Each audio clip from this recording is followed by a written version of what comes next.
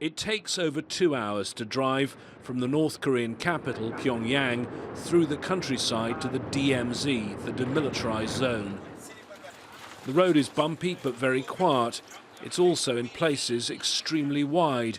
One Pyongyang resident speculated to me this was so aircraft could land with reinforcements in the event of conflict. Once we reached the DMZ, security was tight. We were not permitted to film in certain areas. Our guide was a North Korean army captain. He showed us the layout of this frontline zone. This is not an international border. The Korean War officially never ended. It was simply paused with an armistice or truce. Is it possible for you to show us where the meeting on the 27th will be taking place between Field Marshal Kim and the President of South Korea? It's the Peace House on the southern side. So this is the first time any of your leaders have gone across to the southern side? Yes.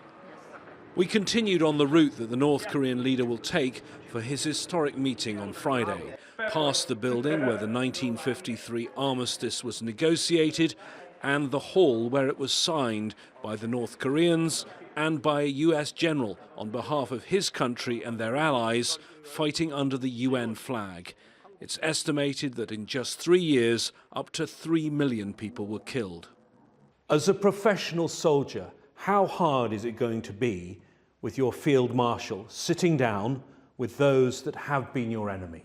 If dear Supreme Marshal is with us, surely all the problems will be solved peacefully. That's what we firmly believe. We were taken on to a taller building and up some stairs where we could view the line that separates communist North Korea from democratic South Korea. From the north, we have this vantage point of the demarcation line.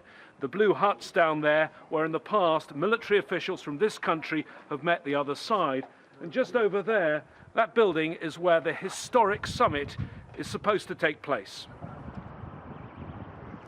This has also been suggested as a place where Kim Jong-un could meet Donald Trump. No venue for that planned meeting has yet been formally announced. The leaders of countries whose forces have been facing off against each other for decades will soon be meeting face to face. James Bays, Al Jazeera, on the North Korean side of the demilitarized zone.